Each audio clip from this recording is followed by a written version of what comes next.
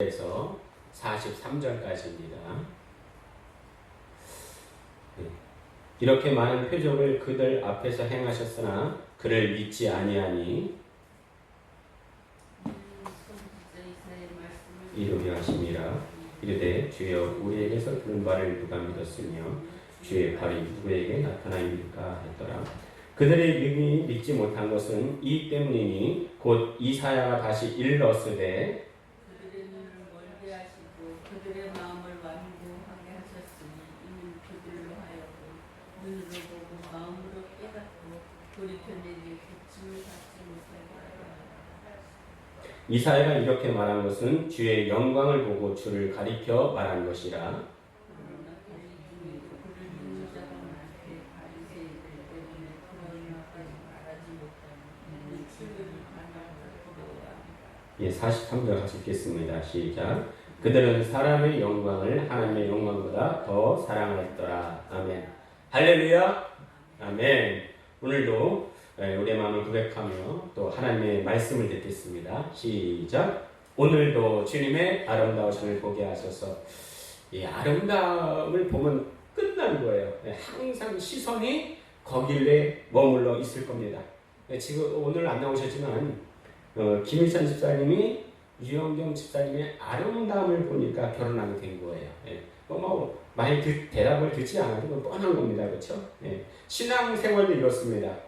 주님의 아름다우심을 보면 저절로 기도하게 되고 저절로 찬양하게 되고 말씀을 사모하게 됩니다. 어떻게 하면요? 주님의 아름다우심을 보면. 그래서 신앙의 베이직은 주님의 아름다우심을 보는 거예요.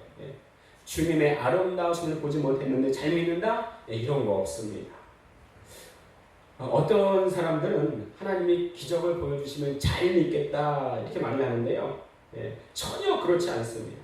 만약 표적을 통해서 당연하게 잘 믿게 된다면 광야 이스라엘 백성들은 그 어느 누구보다도 잘 믿고 순종했을 겁니다. 그런데 우리가 알듯이 이스라엘 백성들이 전혀 그렇지 않았잖아요. 왜 그랬습니까? 왜 그런 표적을 봤는데도 왜 주의 말씀에 순종하지 못했습니까? 그것은 주님의 아름다우심을 보지 못했기 때문에 그렇습니다. 간단히 말하면 주님을 사랑하지 않았기 때문이에요. 자, 오늘 말씀에 보면 유대인들이 그토록 많은 표적을 보고도 믿지 않습니다. 함께 우리 37절 같이 읽겠습니다. 시작. 이렇게 많은 표적을 그들 앞에서 행하셨으나 그를 믿지 아니하니. 자, 예수님은 이 땅에 오셔서 귀신을 내어 쫓고 병을 고치고 수많은 기적을 행하셨습니다. 이러한 기적이 얼마나 많은지 사도 요한은 요한복음 20장 30절에 이렇게 말씀을 하십니다. 우리 같이 한번 읽어볼까요? 시작. 주보에 있습니다. 주보에 20장 30절 시작. 예수께서 제자들 앞에서 이 책에 기록되지 아니한 다른 표적도 많이 행하셨으나. 얼마나 많이 행했는지 우리 요한복음 21장 25절 같이 읽겠습니다. 시작. 예수께서 행하신 일이 이 외에도 많으니 만일 낱낱이 기록된다면 이 세상이라도 이 기록된 책을 두기에 부족할 줄 아노라. 아니 그러니까 얼마나 예수님이 표적을 많이 행한 거세요.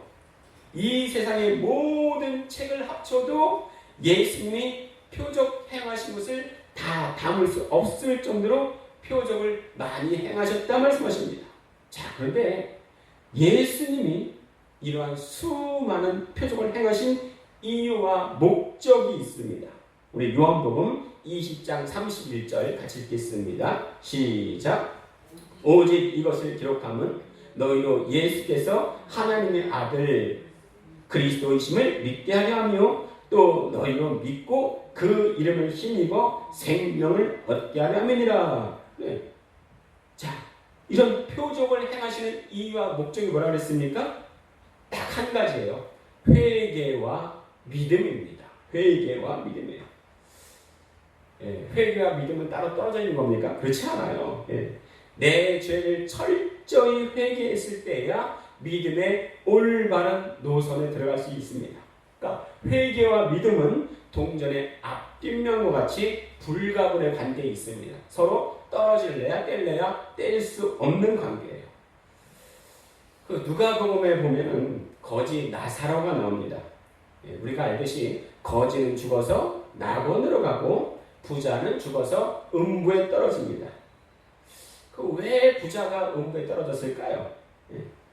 어떤 사람은 부자인데도 거지에게 나누어지지 않는 완악함 때문이라고 말을 하는 분도 있습니다.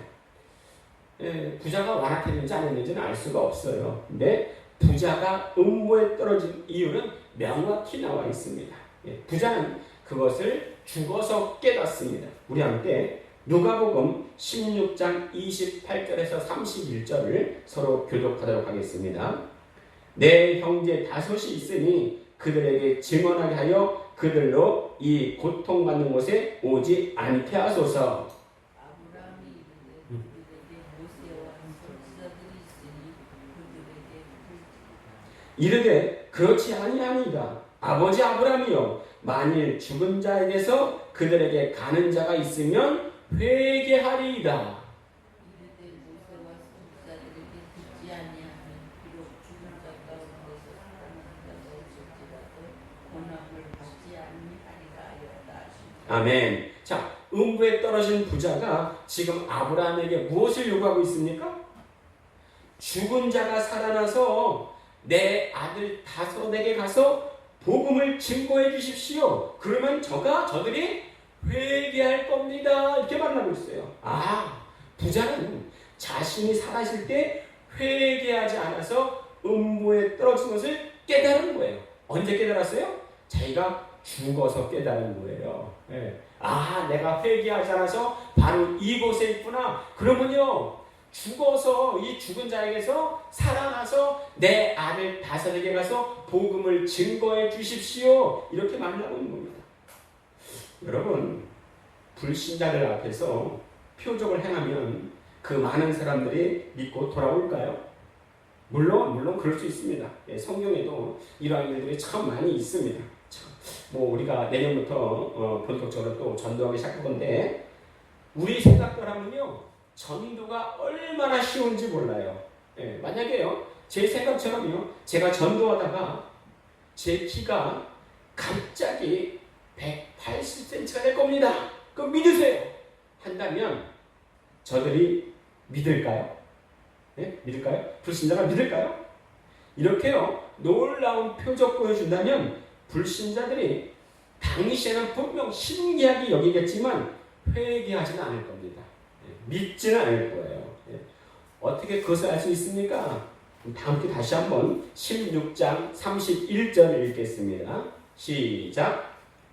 이르되 모세와 선지자들에게 듣지 아니하면 비록 죽은 자 가운데서 살아난 자가 있을지라도 권함을 받지 아니하리라 했다 하시니라. 지금 뭐라고 말씀하세요?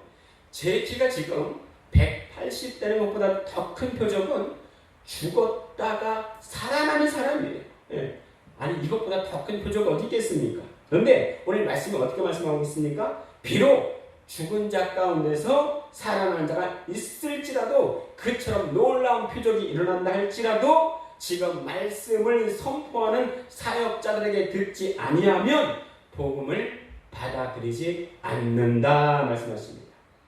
결국요, 불신자가 예수 믿는 방법은 다른 방법이 없습니다.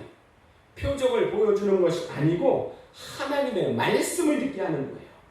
다시 한번 우리 31절 읽도록 하겠습니다. 시작.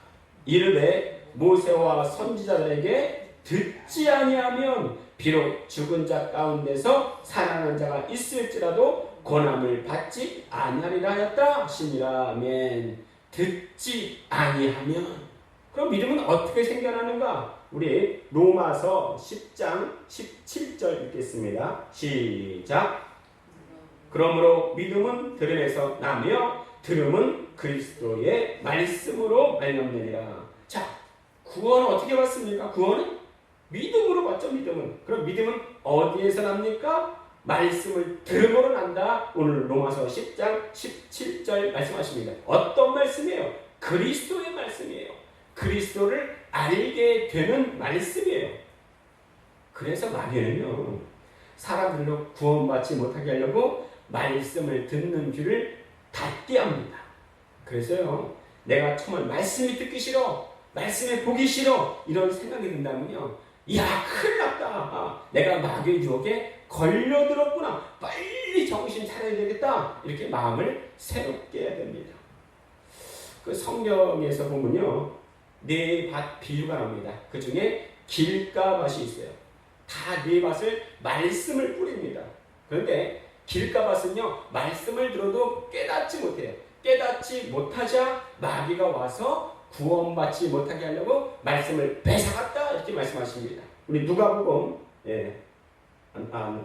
누가복음 8장 12절 읽겠습니다. 우리 누가복음 8장 12절 시작. 길가에 있다는 것은 말씀을 들은 자니 이에 마귀가 가서 그들이 믿어 구원을 얻지 못하게 하려고 말씀을 그 마음에서 빼앗는 것이요. 다 같은 말씀을 들었어요. 그런데 이 사람은요, 구원받지 못했습니다. 왜 그래요?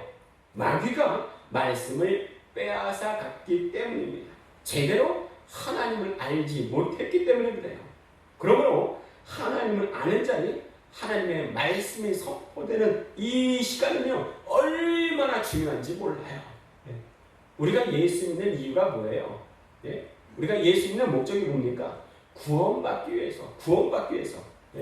우리가 말씀을 듣고 깨달을 수 있는 이 예배의 자리는요, 생명으로 통하는 길입니다. 구원으로 통하는 길이에요.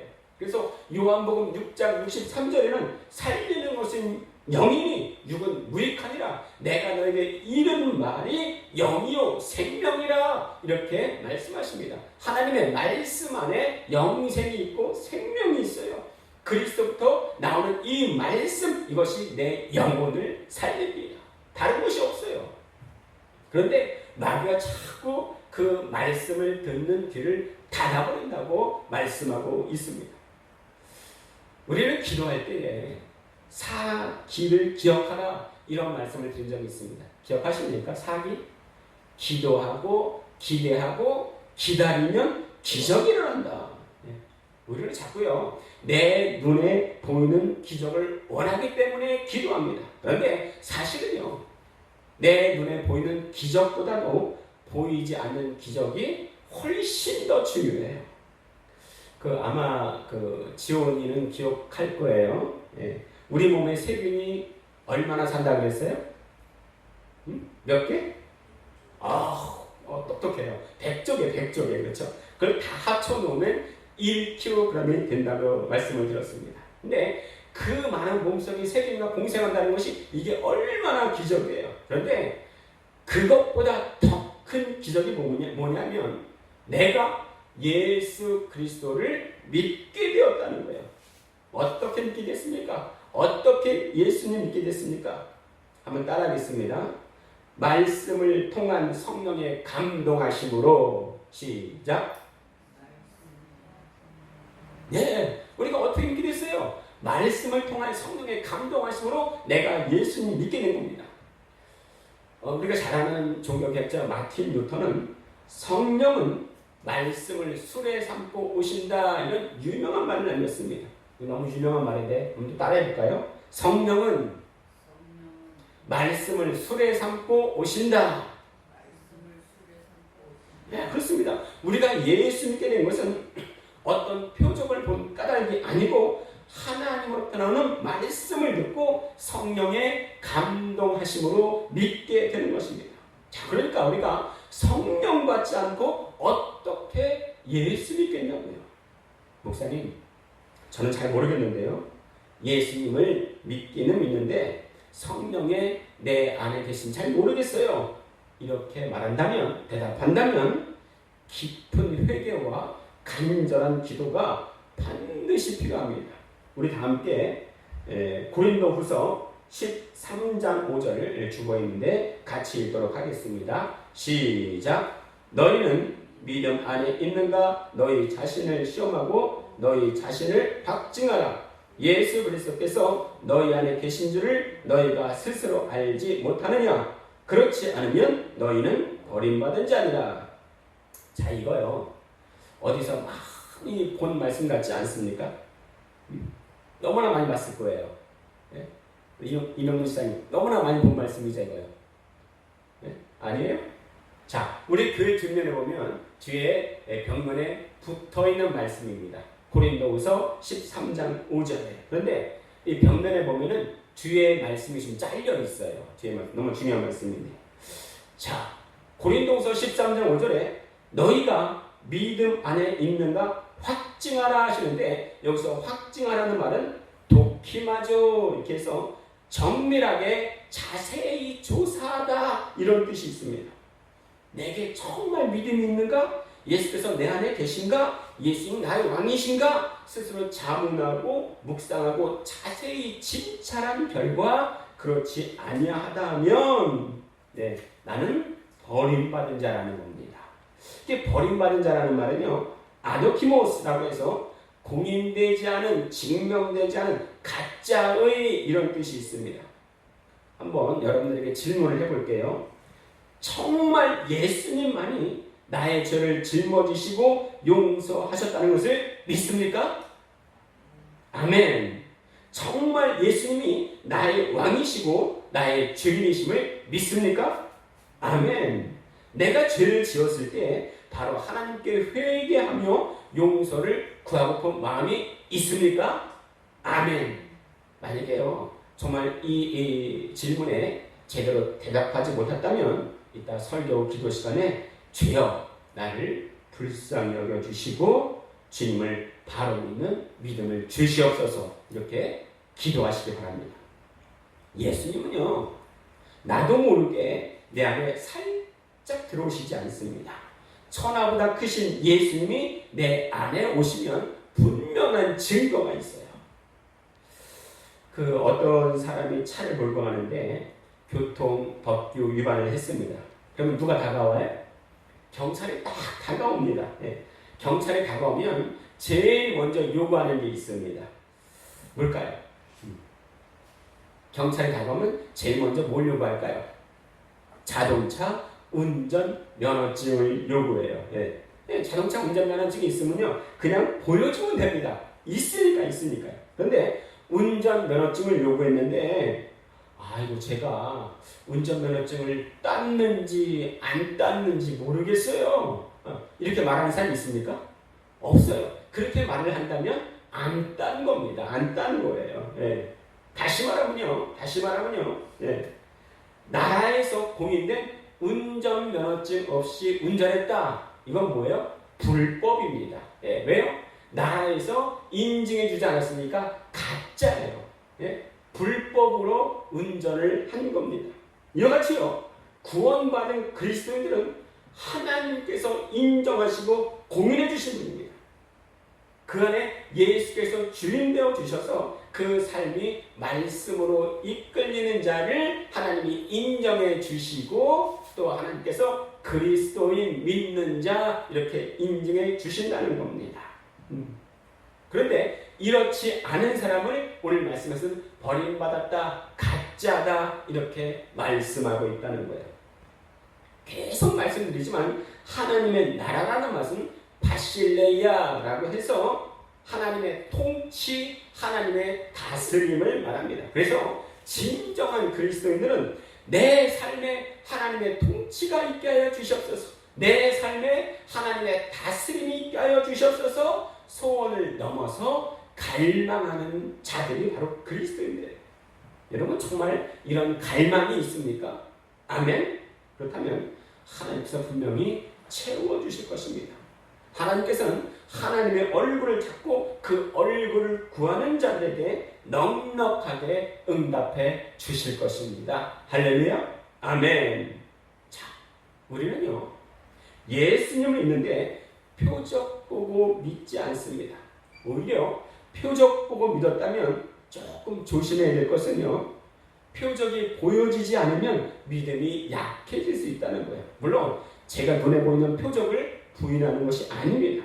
그런데 우리 눈에 보이는 것이 내 믿음의 근간이 되면 안 된다는 거예요.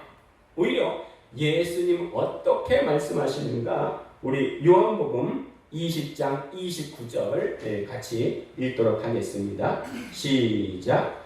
예수께서 이르시되 너는 나를 본고로 믿느냐? 보지 못하고 믿는 자들은 복되도다 하시니라. 내가 예수님 확실히 믿는다면 믿음을 위한 표적은 따로 필요치 않습니다. 예수님이 표적을 행하신 이유가 뭐예요? 회개와 믿음, 믿고 돌아오는 거예요. 그런데 오늘 말씀 37절에 보니까 유대인들에게 표적을 행하셨는데 믿지 않더라 이거예요.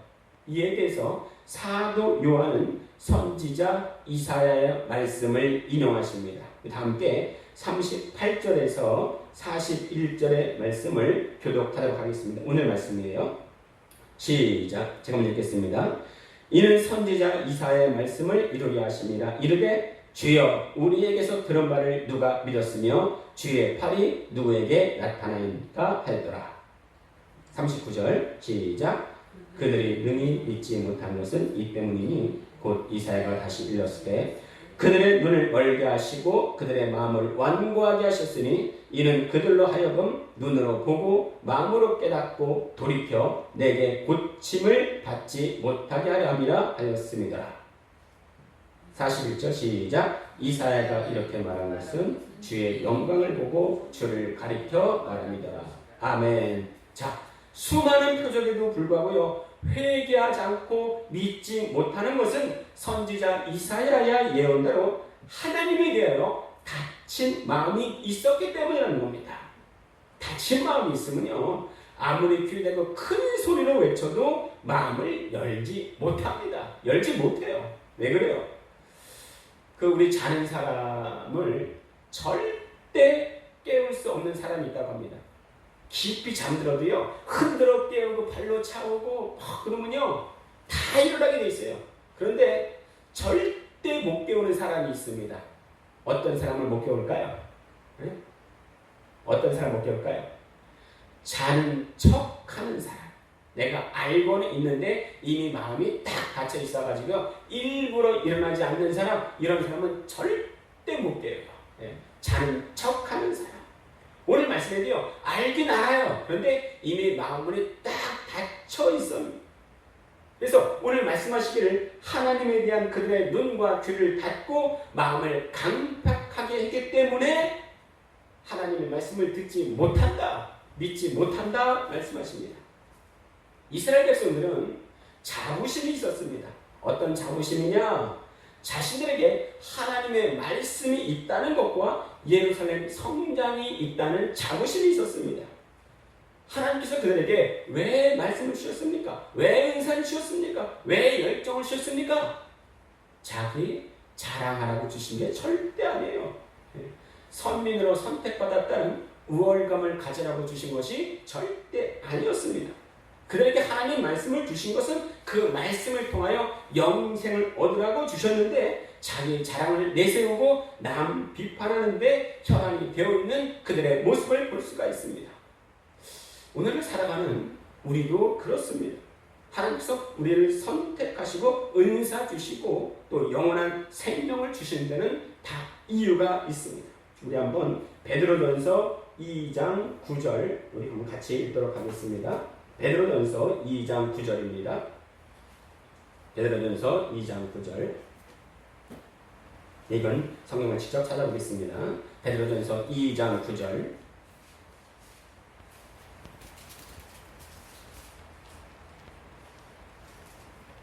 네, 읽어볼까요? 시작. 그러나 너희는 택하신 족속이요 왕같은 제사장들이요 거룩한 나라요 그의 소유가 된 백성이니 이는 너희를 어두운 데서 불러내어 그의 기이한 빛에 들어가게 하신 이의 아름다운 덕을 선포하게 하려 하심이라. 아멘. 우리에게 말씀을 주신 이유가 있습니다. 우리를 부르신 이유가 분명히 있습니다. 그것이 뭐라고 말씀하십니까? 생명 얻은 너희는 말씀 증거하라. 생명 얻은 너희는 전도하라 이거예요.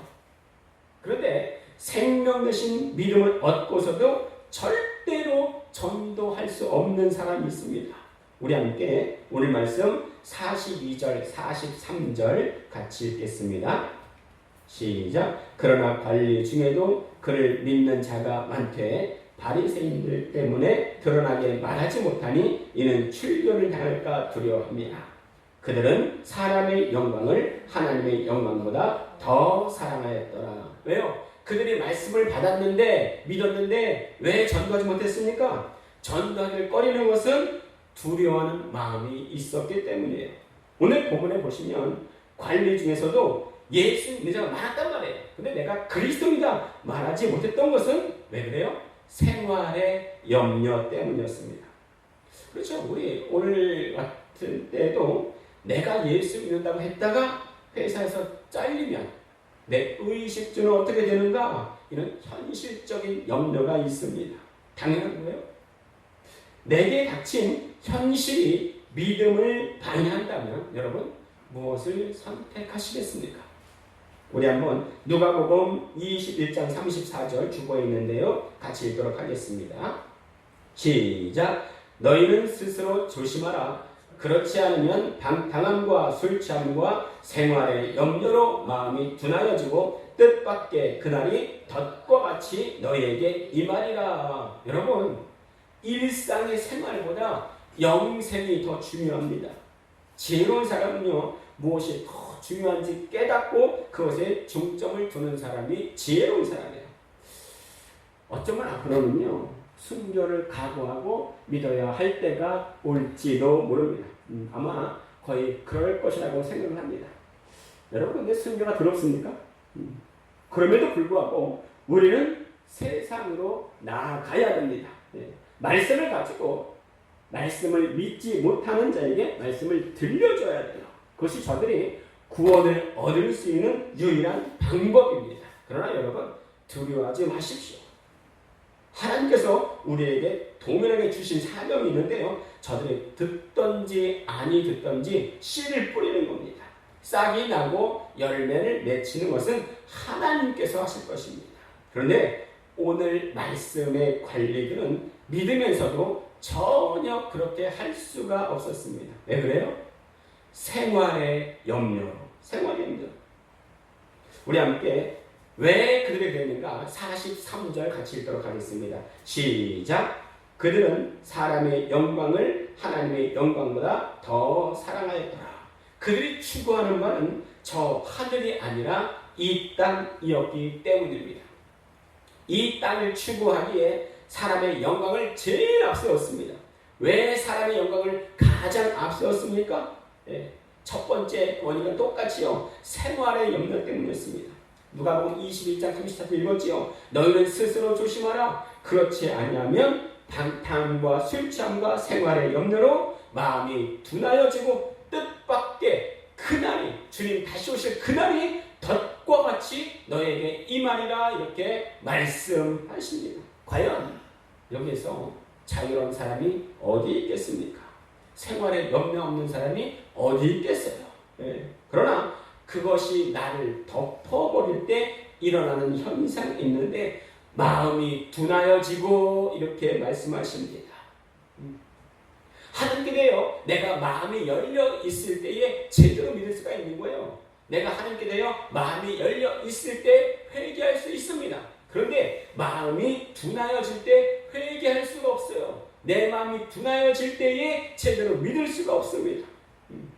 그 삶의 무게가 나를 짓눌러서 다른 생각이 안 나요. 그 문제에 함몰될 때에 내 마음은 하나님에게서 멀어지게 되어 있습니다. 우리는 방탕함을 아주 큰 죄로 여겨요. 그리고 술 취함을 큰 죄로 여깁니다. 근데 이와 똑같은 수준의 생활의 염려가 있다 오늘 말씀하십니다. 그러면 우리는 과연 어떻게 하란 말입니까? 우리 그리스도인들은 어떻게 해야 됩니까? 우리 저번 주에 계속 말씀을 드린 것이 있습니다. 혹시 기억하십니까? 저번 주에 계속 여러 번 선포를 우리가 읽은 기억이 있을 것인데 골로새서 3장 1절 주보의 말씀을 같이 읽도록 하겠습니다. 시작. 그러므로 너희가 그리스도와 함께 다시 살리심을 받았으면 위의 것을 찾으라. 거기는 그리스도께서 하나님 우편에 앉아 계시느니라. 아멘. 때로 우리는 생활의 염려와 압박으로 인해서 믿는다는 것을 숨기고 싶을 때가 또 솔찬히 있습니다. 그러나 그럴 때라도 주님은 우리에게 네가 구원받았다면 당당하게 위의 것을 찾으라 이렇게 말씀하십니다. 주님 다시 오실 때에 위의 것을 찾은 사람만 데리러 오실 것입니다. 그들을 일컬어서 우리는 거룩한 신부라 이렇게 부릅니다. 나라에서 인증받은 사람만이 운전면허증이 있어야 또 당당하게 합법적으로 차를 몰 수가 있듯이 하나님께서 인증해 주신 그리스도인의 면허증이 있어야 기쁨과 즐거움으로 주님의 낯을 배울 수 있을 것입니다. 자, 오늘 말씀을 기억하시면서 다 같이 기도하시는데, 첫 번째는 예수 믿는다고 하지만 오늘 말씀의 관리와 같이 세상을 더 사랑하고 세상을 두려워하여 땅만 바라보는 반쪽짜리 교인이 되지 않게 하옵소서. 두 번째는 성령으로 충만한 나와 우리 모든 교인들 되게 하여 주시옵소서. 우리 주여 한번 부르고 함께 기도하겠습니다. 주여! 살아계셔서 지금도 역사하신 아버지 하나님, 우리가 말씀 가운데